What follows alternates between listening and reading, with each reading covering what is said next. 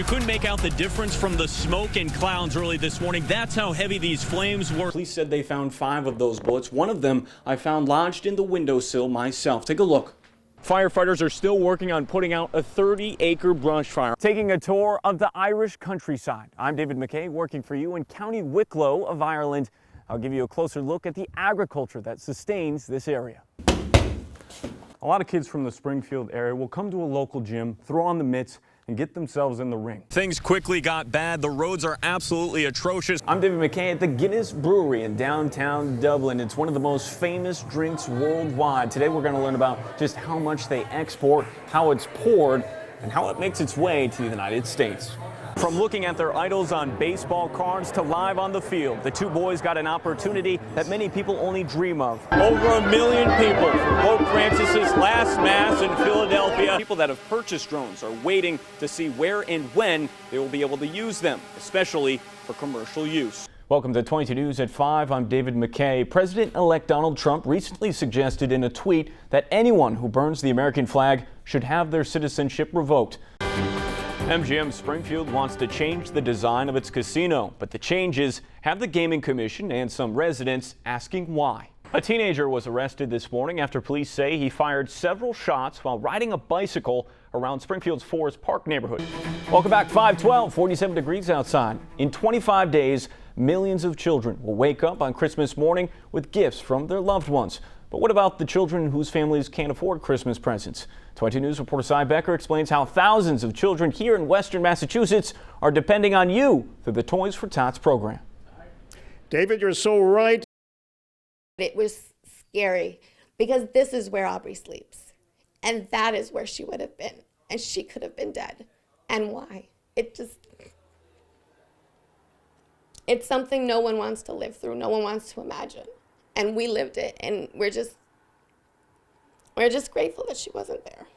Springfield police were called to the report of 2 men shooting guns at Myra Lopez's home at 129 Chapin Terrace in the Liberty Heights neighborhood around 3 o'clock Saturday morning. Lopez said she has 3 children living in her home, her 2 toddler granddaughters, Karina and Aubrey, and her 9-year-old daughter, Isabella. I heard a gunshot and I heard a window shatter. So I went to my mom's room and then I looked out the window and there was a fire. When officers got to the home, they found a Jeep Grand Cherokee on fire in the parking lot. Springfield firefighters put the flames out quickly and determined it was arson. But it was the bullets that hit inside the room of Aubrey, the youngest, which gave most concern. 6 bullets were fired into the nursery room of the soon-to-be 1-year-old around 3 o'clock in the morning, right where she sleeps in this crib. Police said they found 5 of those bullets. One of them I found lodged in the windowsill myself. Take a look.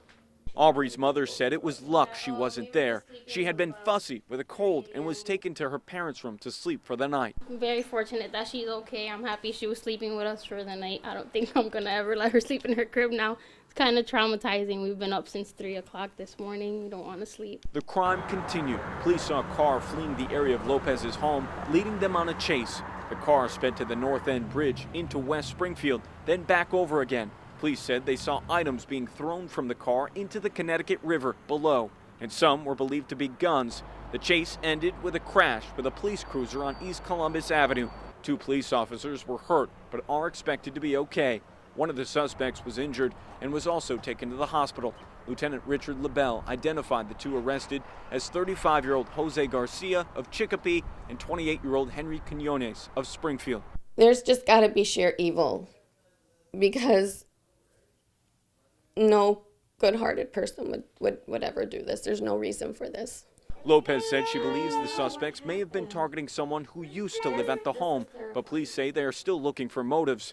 Garcia and Quinones are being held at the Springfield Police Department, facing numerous charges. In Springfield, David McKay, 22 News.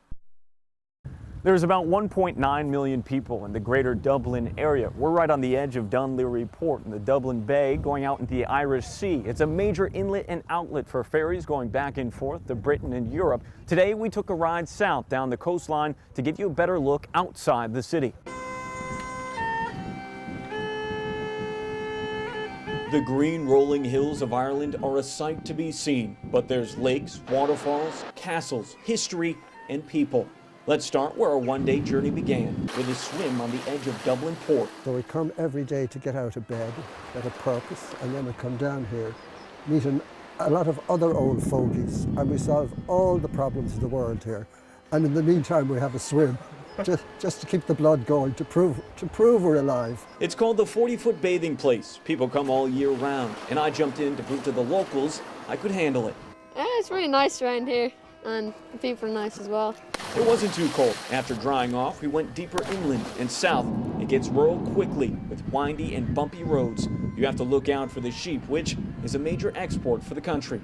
This scenery is absolutely spectacular. We're right next to Lochdan Lake, or Guinness Lake as many of the locals call it, for a couple of different reasons. We're in the boglands, which give the water that rich and dark looking color. On the top, the white sands make it look like the foam on the top of a pint. And the Guinness family also owns a home right next to it. Continuing our travels south down the Irish coastline to the county of Wicklow is Glendalough. In Gaelic, it means the glen between two lakes. As the story goes, St. Kevin came here to escape a life of wealth and devote his life to nature, God, and prayer.